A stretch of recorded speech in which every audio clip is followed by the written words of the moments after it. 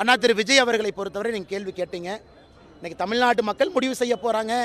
அவங்க இன்றைக்கி தெளிவாக இருக்கிறாங்க யார் வர வேண்டும் என்று.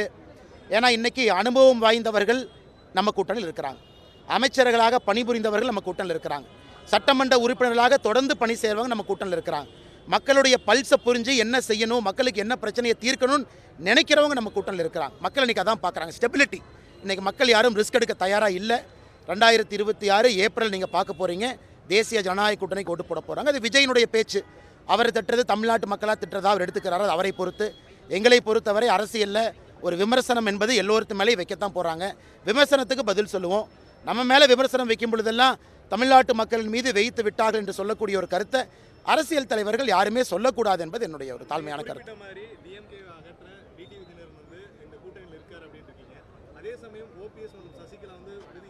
ஆனால் டிடிவி என்ன பேசியிருக்காங்க அதை பற்றி. அவர் நேற்று முன்தினம் டிடிவி என்ன பேசியிருக்காங்க, எல்லோரும் வருவார்கள் என்று பேசியிருக்கின்றார்கள். ஓபிஎஸ் அண்ணன் மீது மிகுந்த மரியாதை எனக்கு இருக்குங்கன்னா கொஞ்சம் பொறுமையாக இருப்போம், நேரம் காலம் இருக்குது, எல்லாம் சரியாக போகுங்கண்ணா. நன்றி. ஆனால் மழையில் நனைஞ்சிருவீங்க, இதுக்கு மேலே மழையில் நனைஞ்சிருவீங்க.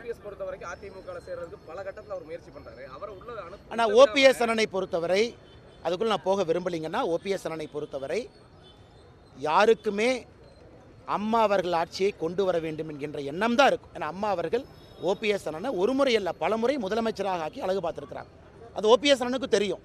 அதனால் ஒரு கருத்து இங்கே ஒரு கருத்து அங்கே அதை திருக்க வேண்டாங்கன்னா, ஓபிஎஸ் அவர்களை பொறுத்தவரை அம்மாவுடைய ஆட்சியெல்லாம் முடிவு பண்ணிட்டாங்க. ஒற்றை கோட்டில் இருக்கும் பொழுது அதில் எங்கேயும் பிரச்சனை இருக்கிற மாதிரி நான் பார்க்கலிங்கண்ணா.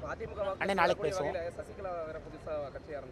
அண்ணே பேசுவோங்கன்னா நேற்று சொல்லியிருக்கிறாங்க, நேரம் இருக்குது, காலம் இருக்குது, இன்னும் நிறையா இருக்குது. இன்றைக்கே நீங்கள் எல்லாத்தையும் கேட்டால் எப்படி 50 நாள் தேர்தல் இருக்கிறது. அண்ணே ரொம்ப முக்கியமான ஒரு நேரத்தில் முக்கியமான ஒரு அறிவிப்பாகத்தான் நாங்கள் பார்க்கின்றோம். காரணம், அவங்க சொல்லியிருக்கக்கூடிய கருத்து, தமிழகத்தில் மின்சார கட்டணத்தை தொட்டிங்கன்னா ஷாக் அடிக்குது, யாருமே சொத்து வரி கட்ட முடியல, தண்ணீர் வரியிலிருந்து உயர்த்தி வைத்திருக்கின்றார்கள் சாதாரண பொதுமக்களுக்கு. ஏன்னா பல இடத்துல எதிர்க்கட்சி தலைவர் அவர்கள் பேசும் பொழுது எந்த அளவுக்கு விலைவாசி உயர்ந்திருக்குன்னு ஒரு கருத்தை வைக்கிறாங்க. ஆட்சியில் இருந்த பொழுது 2021 வரை எப்படி, இன்னைக்கு எப்படின்னு.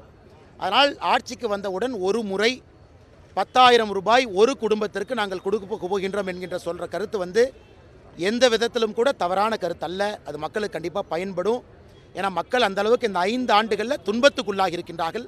அது வரவேற்கப்பட வேண்டிய கருத்தாகத்தான் நாங்கள் பார்க்கின்றோம். தவிர்க்க முடியாத தம்ப்நெயில்ஸ், கலக்கலான கண்டென்ட்ஸ், சினிமாவும் சீரியஸ் பிரச்சனைகளும், பல வருடங்கள் இடைவெளிக்கு பிறகு இந்த படத்துல ஒரு கலகலப்பும் கைகலப்பும். Me too love you. Thank you so much. அவர்களை மாஸ் ஏத்துறது இல்ல. போயிட்டே தான் இருக்காரே தவிர பிரேக்கே இல்லாமல் பிரேக்கிங் நியூஸ் சொல்லும் தந்தி டிவி ஆப். இன்ஸ்டா தலைமுறை வரை இறங்கி அடிக்கும் தந்தி டிவியின் டிஜிட்டல் எக்ஸ்க்ளூசிவ். அது தண்ணிக்குள்ள போகும்போது ஹேங் ஆயிடுச்சு.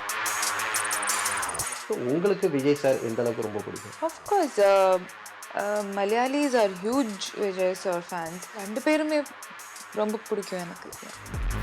தந்தி டிவி ஆப்பை இலவசமா டவுன்லோட் செய்யுங்க. ஃபாலோ பண்ணுங்க, சப்ஸ்கிரைப் பண்ணுங்க, என்ஜாய் பண்ணுங்க.